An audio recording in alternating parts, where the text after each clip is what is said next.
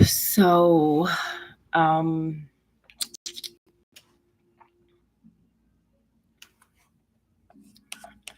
don't know if I have any followers.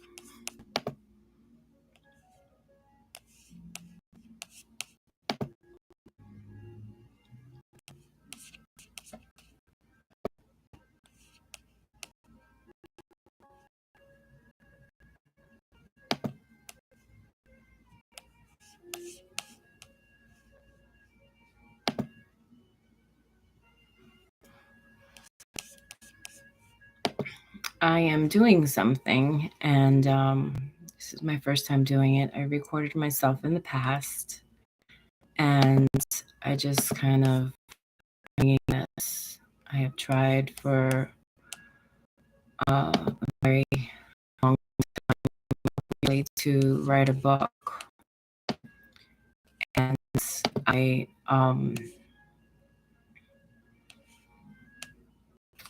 I just recently figured instead of writing, I'm gonna talk about it. Talk about it because I have a hard time writing about it.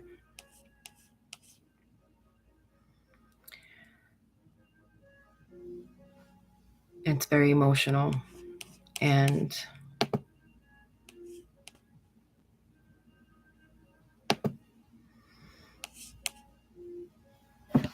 I decided I'm just going to write about it or speak about it. I'm going to speak about it, and I guess this is more just for me to get things rolling and maybe turn back to and maybe one day put it in a book. I feel like my story can possibly help others one day, and if anything, just be memoir for my children to have one day. If for some reason in the future day uh, all of it is for my children to have book. Um,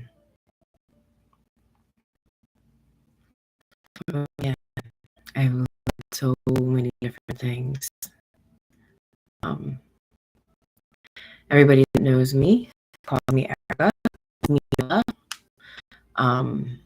The book was to be called As If Me, with me being spelled M-I, the first two initials, the first two letters of my name, M-I-R-L-A.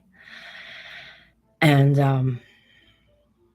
I started back in 2016. I was talking, we were on vacation. I guess we're having an emotional conversation about how I've been through so much in life, and it was a very deep conversation. It was a lot of tears involved, and he says, he's the only one, the first one to tell me this, but he says, write a book. Write a book. At that time, in 2016, I had already been through so much, and now we're in 2022, and still I have lived so much more. But the thing I feel had to have happened in 2022 is that I had to know who my biological father is. I didn't meet him, unfortunately. He's passed, so I didn't get to meet who he is. So who his biological name or biological name. I don't know because it's on here, but I know who he is, and it's very part of, I guess, who I am and nationality is. Turned out I'm Irish, which is super cool. Kind of gives me a little bit of understanding of a little bit of background. So 2016, know that I had thought that I was a little bit of German and Ecuadorian, but since 2016, I would not have known that's in my book. Um, we are 2022. I'm Irish and other things.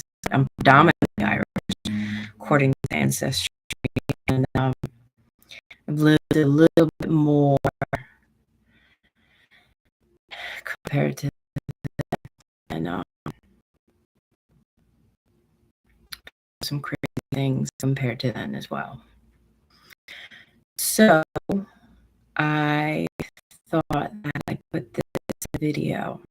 I did do a little video the other day for YouTube to give me permission to do this live, and I figured just to kind of get a little practice in. But here I am. This is a little office space in my room that I have that I normally work from home from. So I'm taking this time to just introduce myself. My name is Mila, my friend Erica, but it's cool. Cara. So I guess I have a couple different aliases, and so that's interesting in itself. But yeah, so everybody calls me Erica, but during the day I go by Mirla. At work, everybody calls me Mirla. So yeah, that's me in a nutshell for name-wise. My favorite thing in life was to be a mom. Although I'm not so much a mom anymore because my kids are all older and they moved away, move out. She'll be 19 in September. So I'm taking that time to spend some quality time with her while I can, because that's what parents do. We raise our children, teach them, and let them spread their wings and fly. But my favorite thing in the whole world was to be a mom. And so there's a variety of things that I really wanted to. I started typing where I started writing it, and I started typing it, and then I was going back and forth for years. I'd get very emotional, and it was extremely tough because I first didn't know where to begin. Whether I should begin in childhood years or my adult life, and no matter where I started, it just became extremely emotional because there are some very dark parts in my life. No matter where I started, get to the dark parts, and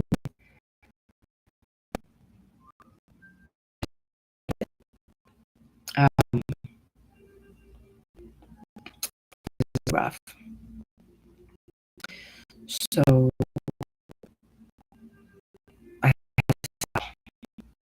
I got to walk away from it, and it was very challenging. It was extremely challenging. So maybe this will be easier. And yeah, so I'm going through some things now. I'm going through some things now that, and situations now that it's given me some time to reflect, and I have the time to sit here and focus on doing this. I put myself in a situation where I can dedicate a lot of time to complete some hours where I can retract and go back on these things and or who knows? I guess I'm the only one here, so this is something that I can go back on and just have, so that it just be something that's there forever. But yeah, so I guess I'll begin with where I am currently. Currently, I am a little afraid of where I am health-wise. I'm not sure exactly what's going on. There's a lot going on, and there's a big unknown. I've had cancer words come up different times in my life. Nothing has been so. Thank God it's been like extreme where it's been like 4 or I've been pretty lucky. It's come up a lot of times in the early 20s. I was pregnant with my daughter Gwen, but I've gotten past it each time, and it's come up again recently. And the doctors say that I'm doing pretty well, but it's still a lot of unknown and uncertainty stuff. I was diagnosed with fibromyalgia in my early 30s, and now they're thinking that I might not have fibromyalgia, but I might have scleroderma, which is a rare disease that was found by melanoma that I have a history of, that was back in 2017, that had metastasized. And I dealt with back in 2017. And I had to have a hysterectomy for very young, my mid 30s, which I'm not complaining because I haven't had my period since then. So that was a positive thing, but I was kind of young to go through that. But they thought I had melanoma again, and the melanoma turned out to be scleroderma. So I'm waiting to see a specialist on that.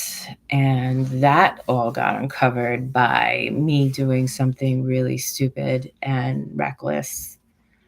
I was drinking, and I was drinking very heavily one night. I was going through some major issues and arguments with people that I care about, and not getting along with my daughter, and I wasn't in a good mental place, and I had reached out to a person that I probably shouldn't have, and I met with a person, my ex. I was fighting with my ex, or fighting pretty much a blowout, a really big fight, and I was drinking very, very heavily, and I got behind the wheel, and I crashed my car. I didn't just crash it. I rolled my car a couple of times, split a pole, and I got my first DUI. That accident, I got my first. Not only did I get my first DUI, but after that accident, I had gone to the doctor because I was in a little bit of pain, but also I addressed what I thought was a bruise on my back. Turned out that she thought it was melanoma. That melanoma turned out to be scleroderma, which is a rare disease, and it was scleroderma. And I am on a whole bunch of new different medication that's going through my body. It's just a mess. But yeah. So I'm going through that now, and this DUI is making me stay put. So I'm losing license for 60 days, and I'm taking time to reflect on obviously my decisions, my way of coping with my emotions, and obviously taking care of my health, and really reflecting on how I've handled things with adjusting without my children.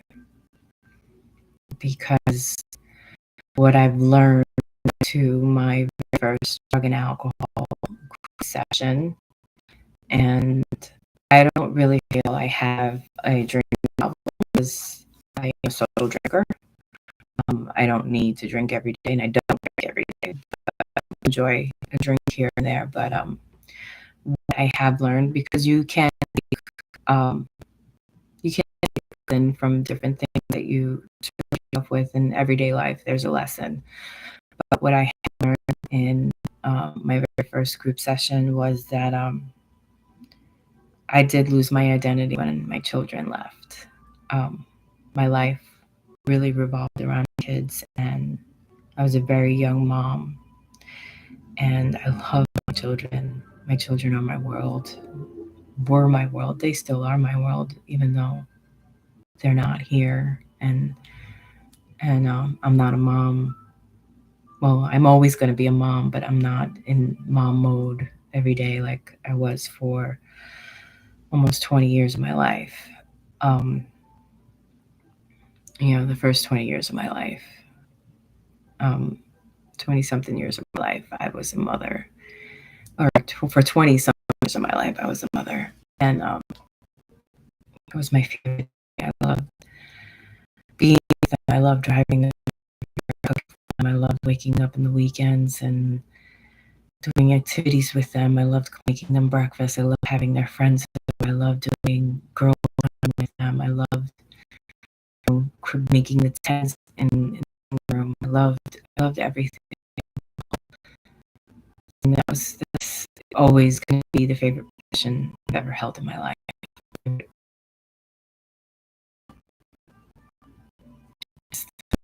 It's the amazing role I've ever in my life.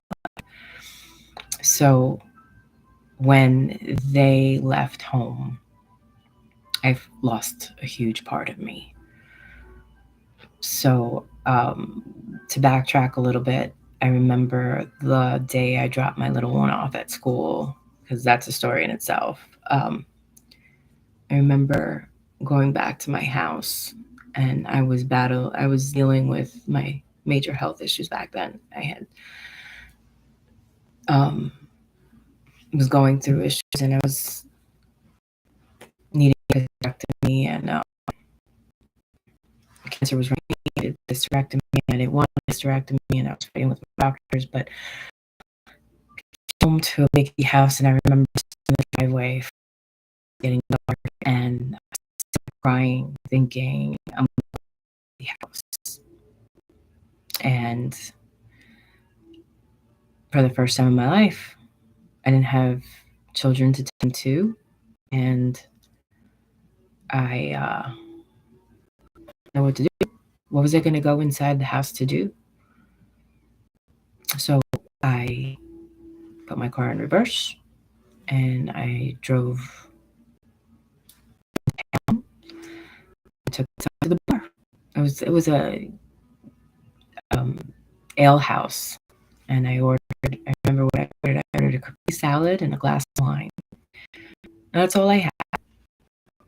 I ordered a glass of wine and a Capri salad, and then when I drove home, I cried all the way home. I went by myself because I wasn't the type to ever go to the bar. I was with my children. I had my friends, but my friends were moms. My friends had kids. They didn't have time to go to the bar. So it's like I ended up eventually meeting my friend at the bar, and they're like, when I eventually did start going out, they're like, what are you doing here? And it's like, I don't have my kids. My kids are gone. So I ended up eventually making a routine Taco Tuesday, and karaoke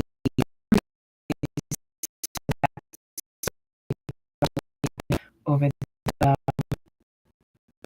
long after I started getting a little better. I did. I lost my sanity. I didn't know how to make healthy habits. And then I met my ex, very big drinker, and that's when I learned how to game. It was never a bar, and he was at the bar. So his identity became my identity, and I felt every and then that became a toxic relationship that was on and off for years and years. And I'm still getting out of that relationship.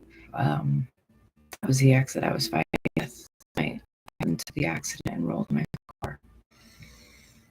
But that's a little bit about why I'm taking this time to really take this little time to find out what I want to do and who I want to be without my children in a healthy way.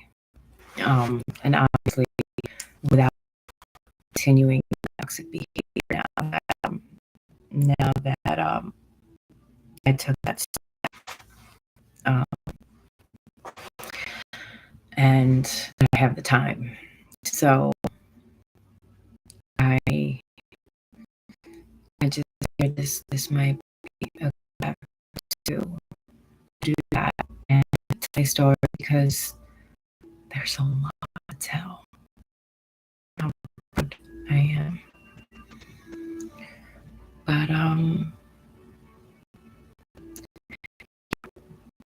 so thank you, YouTube, for allowing me to have live access.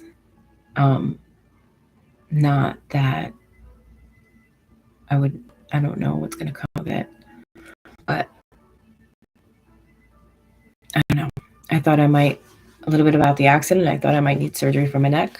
I'm going to try some physical therapy and pain management. I don't like pills. I don't like feeling loopy, so I refused any of that, but I am going to do physical therapy and like massage therapy, and the MRI shows some narrowing canal, some narrowing disc, something that the accident had uncovered and obviously did. Rolling your car 3 times, I guess, would do that.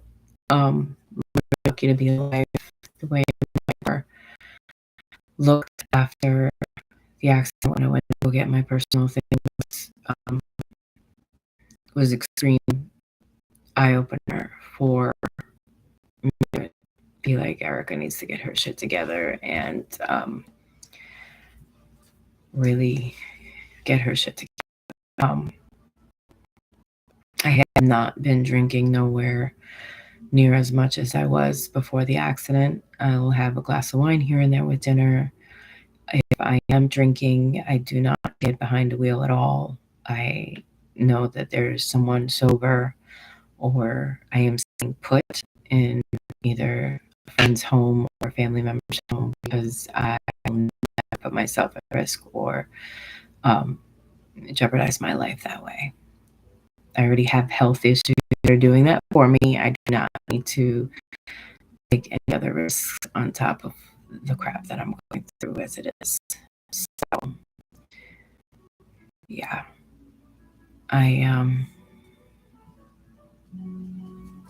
Yeah. I mean, we all have issues. I'm not free of that. I work every day. Once a week, I go into the office. I work from home. Pretty fortunate for that. I work close to home, so when I do lose my license, I should be finding out on the 18th when I lose my license. But I am fortunate to work close to home, so either I'll be Ubering or hopefully manage to get rides to work so that it won't be too much of an issue when that happens. And hopefully 60 days does go by pretty quick. But yeah, that's where I'm at. This is going to be a short introduction. Welcome, Erica, Mirla, Carla, and that's all I wanted to do for today. So, yeah, I'm a mom. So I was gonna be a mom, but I'm trying to figure out who I am now that my children are all adults. I know I'm not the only one, but I've always been a single mom and didn't have anybody to share my raising of my kids. So I never had that companionship to say, okay, my kids are gone. Let's figure this together. I have amazing friends who have been amazing in my life. They all have each other. They have their companions. They have their husbands. They have their wives. And I have other friends who are single and they have their lives, but just me. And I need to figure out who I am now that they have all made their lives. And I need to create healthy habits. And I need to establish myself financially and figure out what the fuck I want to do and who I am. And there's that. So I will share more in upcoming videos. And we'll see what happens. If anything, this is just for me to figure that out on my own.